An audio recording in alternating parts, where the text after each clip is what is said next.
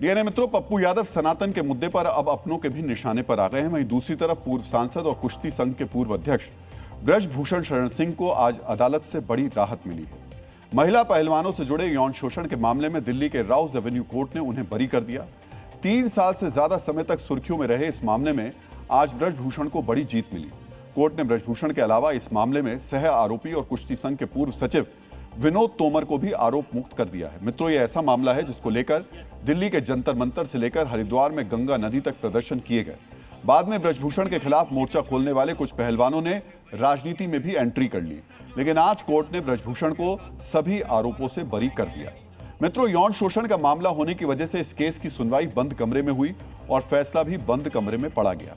Media को इस दौरान रिपोर्टिंग की इजाजत नहीं थी।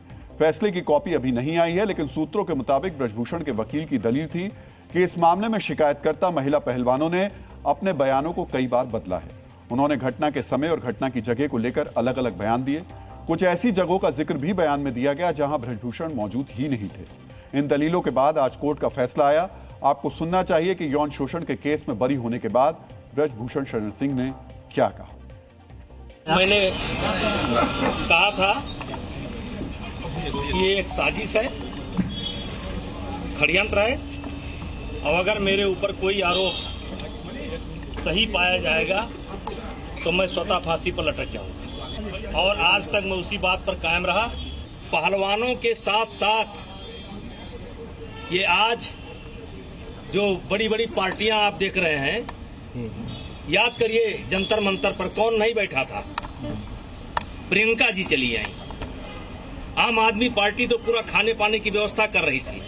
लेफ्ट राइट जो आप देखते हैं ना, यहाँ कोई बचा था? मेरी फांसी की मांग हो रही थी, जिंदा जला देने की मांग हो रही थी। अब वो लोग अपने गिरबान में देखें। मित्रों, ये मामला जनवरी 2023 में सुर्खियों में आया था।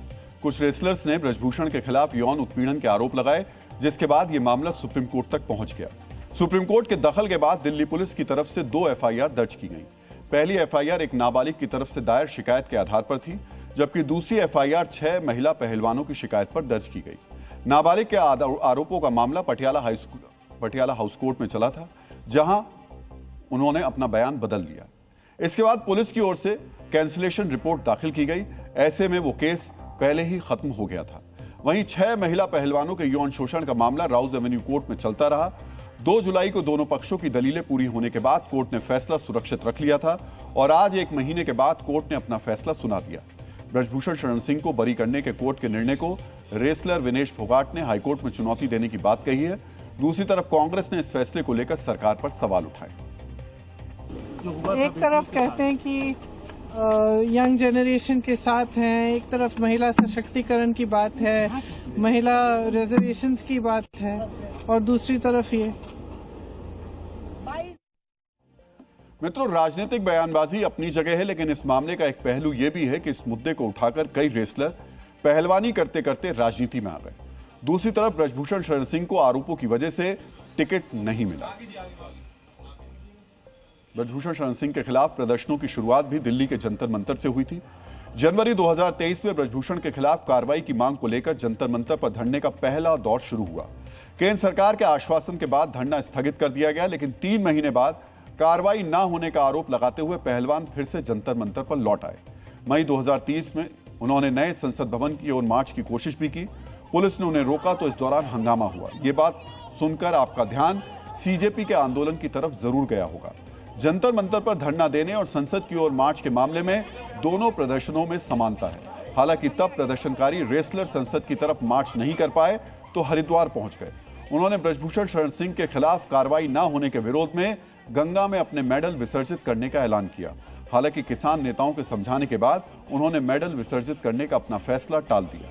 लेकिन यौन शोषण के आरोपों की वजह से ब्रजभूषण पूरे देश के सामने विलेन बन गए। पहलवानों की तरफ से लगाए गए आरोपों की वजह से ब्रजभूषण शरण सिंह को 2024 के लोकसभा चुनाव में टिकट भी नहीं मिला। 25 साल से हर चुनाव जीतने वाले ब्रजभूषण की राजनीति पर ग्रहण लग गया। ब्रजभूषण सक्रिय राजनीति से दूर हो गए। दूसरी तरफ हरियाणा का विधानसभा चुनाव आते आते आरोप लगाने वाली विनेश फोगाट राजनीति में सक्रिय हो गई। उन्होंने ब्रजभूषण के खिलाफ आरोप लगाते लगाते रेसलिंग से राजनीति में एंट्री ले ली।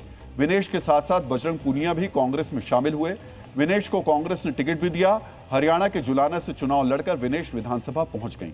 बजरंग पूनिया को अखिल भारतीय किसान कांग्रेस का कार्यकारी अध्यक्ष बनाया गया, यानी ब्रजभूषण शरण सिंह के खिलाफ आंदोलन ने उन्हें राजनीति में स्थापित कर दिया। लेकिन राजनीति में विनेश और बजरंग की एंट्री के बाद से ही ब्रजभूषण के खिलाफ उनके आरोपों को लेकर लगातार सवाल उठते रहे। ब्रजभूषण शरण शुरू से ही अपने खिलाफ आरोपों को कांग्रेस की साजिश बता रहे थे। विनेश और बजरंग के कांग्रेस में शामिल होने के बाद उनकी ये दलील और मजबूत हुई, यानी अगर ये कहा जाए कि राजनीतिक रूप से वो पहले ही आरोप मुक्त हो चुके थे तो गलत नहीं होगा। आज कोर्ट ने उन्हें कानूनी रूप से भी बरी कर दिया। अब इस मुद्दे पर अगली कानूनी लड़ाई के लिए आज के फैसले के खिलाफ हाईकोर्ट में अपील का इंतजार करना होगा।